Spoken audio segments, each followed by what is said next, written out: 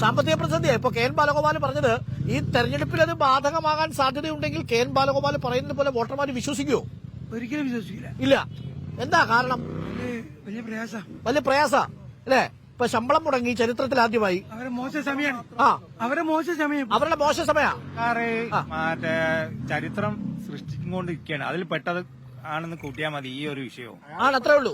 മാത്രമല്ലല്ലോ അയാൾ ഇപ്പോഴും പൊട്ടക്കിണറില്ല. ശമ്പളം മുടങ്ങി, പെൻഷൻ മുടങ്ങി, സകല മേഖലയിലും പേയ്മെന്റ് പെൻഡിംഗ് ആണ്. അതെ, കുടിശ്ശിക കൂടുതലാണ്. ഏറ്റവും ഇന്ന് ചരിത്രത്തിൽ ആദ്യമായിട്ട് ഇത്രയും വലിയ കുടിശ്ശിക സർക്കാരിന്റെ കാലത്താണ് വന്നത്. എന്നിട്ടും ഈ സഖാക്കള് പറഞ്ഞു നടക്കുക ഇതുപോലെ. എന്താ സഖാവേ? സഖാവായിട്ടല്ല, സെൻട്രൽ ഗവൺമെന്റിൽ നിന്ന് കിട്ടാനുള്ള പണം കിട്ടാതെ കൊണ്ടാണ്. അത് കുറെ കഴിയുമ്പോൾ കൂടുതലായിട്ട് വരും. അതുകൊണ്ടാണ് ഈ പ്രശ്നം. ഇതൊക്കെ കേന്ദ്രം പണം കൊടുത്താൽ കൊടുത്തിട്ടുണ്ട്.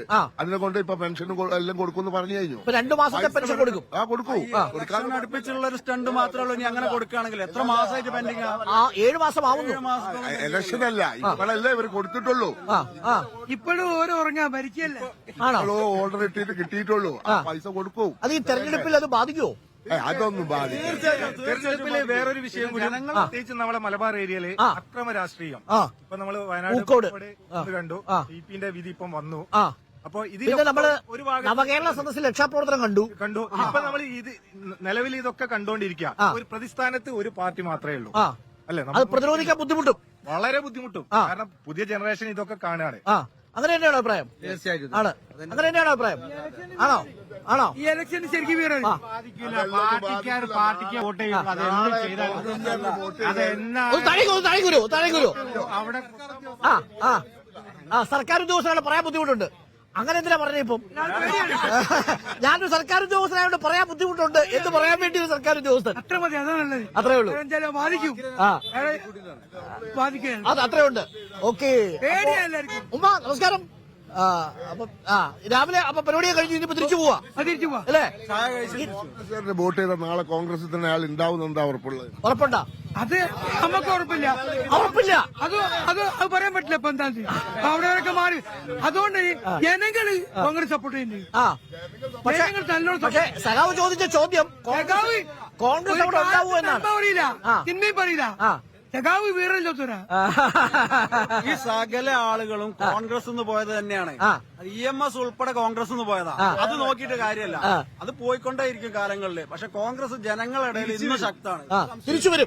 തിരിച്ചുവരേണ്ട സൂചനയുണ്ട്. Right, okay, thank you. അപ്പൊ കോഴിക്കോടിന്റെ വോട്ട് മനസ്സിപ്പോ മനസ്സിലായല്ലോ. രാഘവേട്ടൻ പാട്ടും പാടി ജയിക്കും എന്നാണ് പറയുന്നത്. എന്നാൽ മറുഭാഗത്ത് അങ്ങനെയല്ല. ഇത്തവണ എളമരം കരിയുമായതുകൊണ്ട് നന്നായി വീർക്കേണ്ടി വരും എന്നുകൂടി പറയുന്നുണ്ട്. അപ്പൊ രണ്ടു തരത്തിലുള്ള പ്രതികരണങ്ങൾ നമ്മൾ കേട്ടു. പക്ഷേ സർക്കാരിന്റെ സാമ്പത്തിക പ്രതിസന്ധി അത് ഈ തെരഞ്ഞെടുപ്പിൽ ഒരു വലിയ വിഷയമായി തീരും എന്നാണ് കോഴിക്കോട്ടുകാർ വിശ്വസിക്കുന്നത്. നമ്മൾ അവരുടെ പ്രതികരണം കേട്ടു. എന്താണ് ഉമ്മ? ഓക്കെ. അപ്പോൾ ഇനി നമുക്ക് മറ്റൊരു പ്രതികരണം കൂടി കേൾക്കാം. ജെ ചിഞ്ചുറാണി ഇന്ന് നമ്മളോട് പ്രതികരിച്ചിരുന്നു. പൂക്കോട് വെറ്റിനറി സർവകലാശാല ആയതുകൊണ്ട് അത് കൃഷി വകുപ്പിന് കീഴിലാണ്. പക്ഷെ അവിടെ വെറ്റിനറി മൃഗസംരക്ഷണ വകുപ്പിന്റെ കൂടി കീഴിലാണ്. ഉമ്മ, നമസ്കാരം. ഇവിടെ ഇങ്ങോട്ട് വന്നോളൂ, അടുത്തോട്ട് വന്നോളൂ. ഇങ്ങോട്ട് അടുത്തോട്ട് വന്നോളൂ ഉമ്മ. കേൾക്കുന്നില്ല. ഇപ്പോഴത്തെ സമയത്ത് മാറ്റം ഉണ്ടെങ്കിലേ ജീവിക്കാൻ പറ്റും. മാറ്റം വേണം എന്നാണ് ഉമ്മ പറയാ അല്ലേ? എന്ത് മാറ്റമാണ് വേണ്ടത്? ഒന്നായിട്ട് മാറ്റം വേണം. അതെ, സംസ്ഥാനത്തെ സർക്കാർ മാറണോ കേന്ദ്രത്തിലെ സർക്കാർ മാറണോ? രണ്ടു കൂട്ടരും മാറണം. സംസ്ഥാന സർക്കാർ മാറണം എന്ന് പറഞ്ഞതിന്റെ കാരണം എന്താ?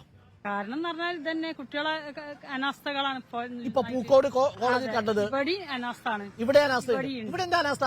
ഇവിടെ രാത്രി ആയാലും ഇവിടെ നോക്കണ്ട. ആണോ? അതെ.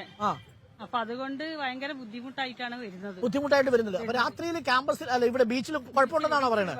ആണോ? പോലീസുകാരൊന്നും ഇല്ലേ? പോലീസുകാരൊക്കെ ഉണ്ട്. പോലീസുകാരൊക്കെ വന്ന് നോക്കും. അന്നേരം എല്ലാം അങ്ങോട്ടും ഇങ്ങോട്ടും മാറും. ആണോ? പോലീസുകാരെ പറഞ്ഞിട്ട് കാര്യം. ഇപ്പൊ പെൻഷൻ കിട്ടുന്നുണ്ടോ? ഇല്ല. പെൻഷൻ കിട്ടാറായില്ല.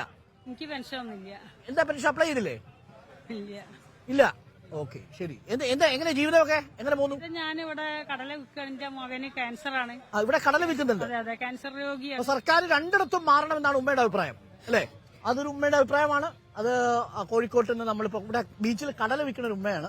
ഉമ്മ പറയുന്നതനുസരിച്ച് ഈ രണ്ടിടത്തെയും സർക്കാർ മാറിയാൽ കൊള്ളാം എന്നൊരു അഭിപ്രായമാണ് ഉമ്മ പങ്കുവച്ചിരിക്കുന്നത്.